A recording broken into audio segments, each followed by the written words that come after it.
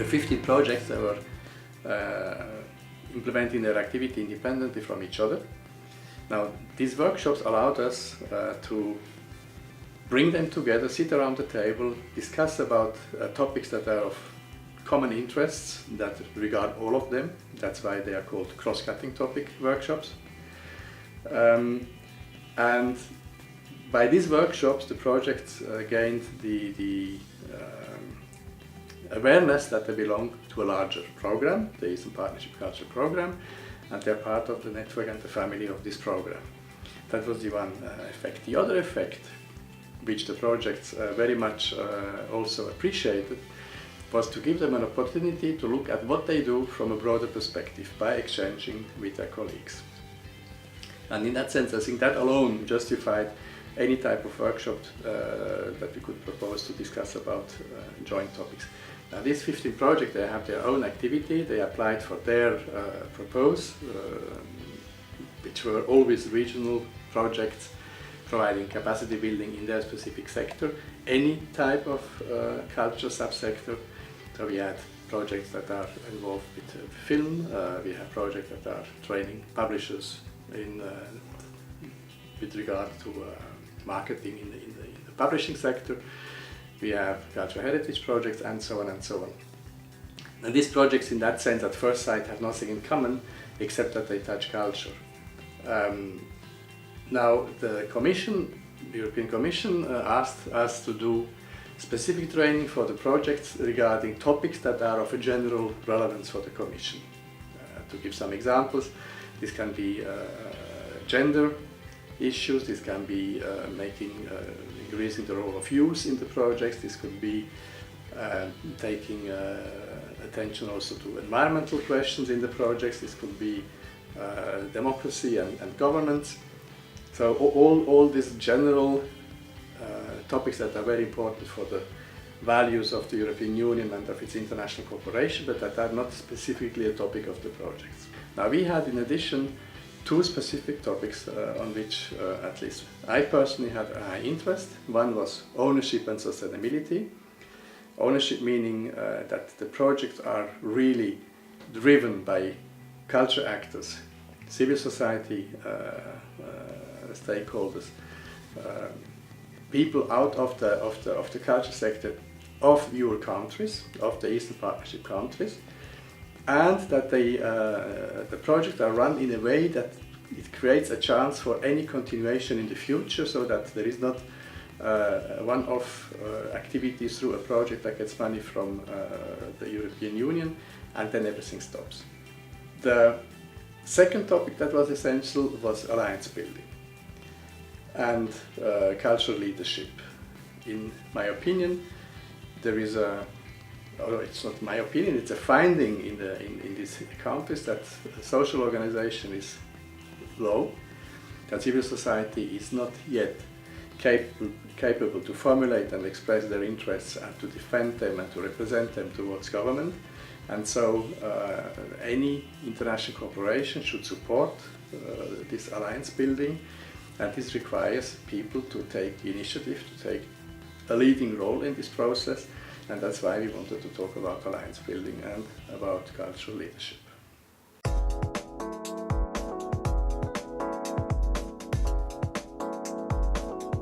If you know what you're doing, you're totally committed, that you've got a vision, that you've got passion and you've got energy, then in fact you will be able to often attract the stakeholders, be able to attract the funding.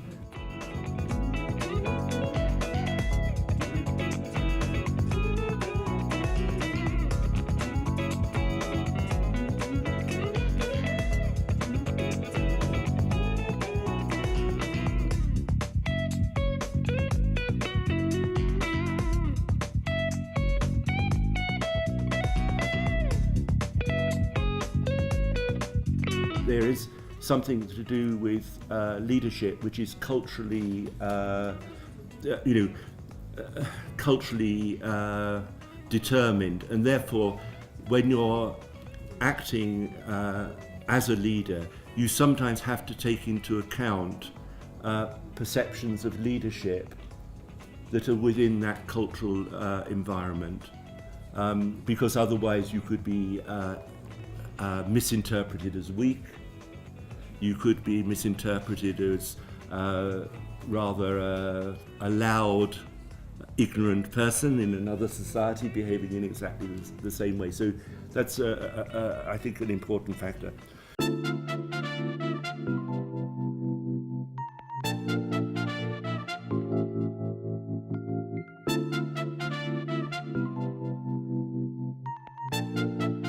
Culture is recognized as a major factor for sustainable development. Sustainability we immediately relate to economic prosperity, to social security and developments, to harmonized relations with nature and environment. You 15 projects with your individual objectives and goals are to contribute to supporting this role.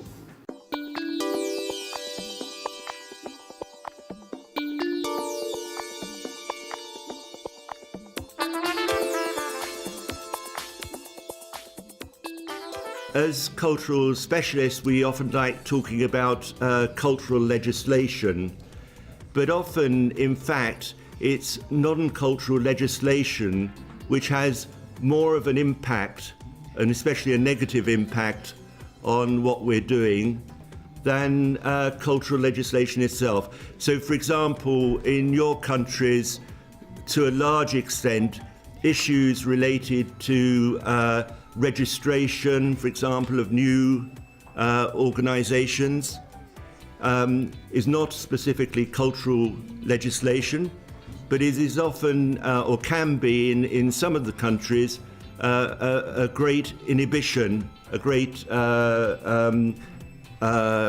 slowing down of the ability to create new organizations and to innovate.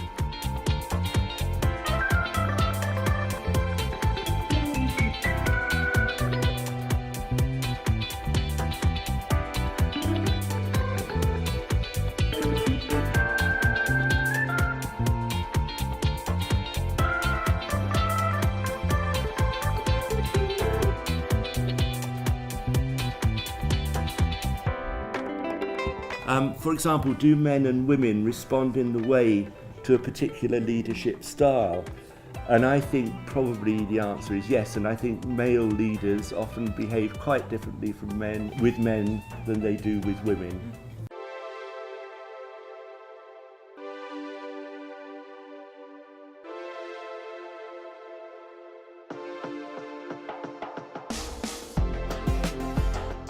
First of these, your audience wants to participate.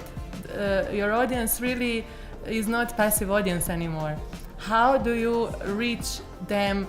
How do you somehow talk to them like subjects?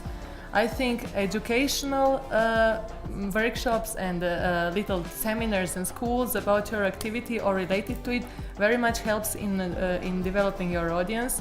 For me, this participation, creation and education is number one thing.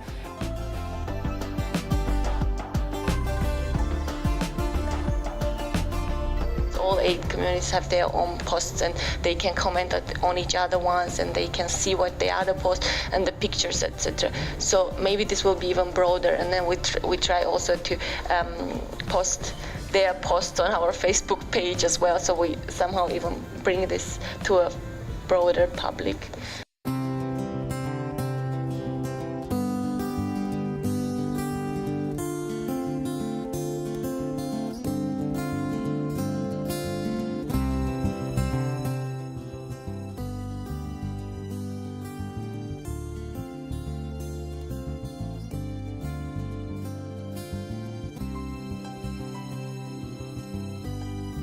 And I think that's where the biggest benefit is from working on cross-cutting teams, because we are working in parallel in this project cycle. We have a lot of similarities in terms of the region, the focus on culture, but also the project management cycle.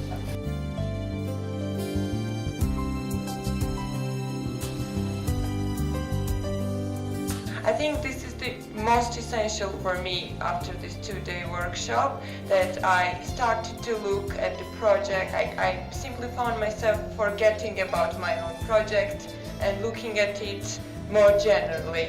And this, I wasn't doing it quite often when I was in Tbilisi in the office, thinking only about crafts. So I didn't think that I could think in a different way when I come here.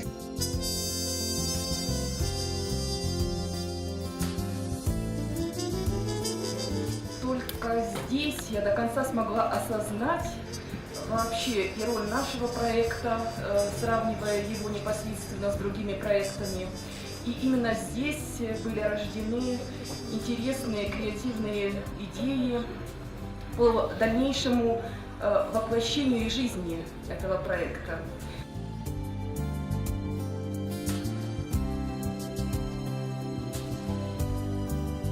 Очень интересно было узнать про контекст других стран, вот, в частности там, Грузии, Азербайджана или Армении в контексте культурной политики, которая там проводит. И, наверное, то, на что бы хотелось надеяться, что благодаря этому воркшопу и дальнейшей реализации проектов также возникнут какие-то межпроектные либо совместные активности, либо мероприятия, которые будут реализовываться участниками данного воркшопа в рамках их проектов, либо возникнут какие-то коллаборации уже постфактум.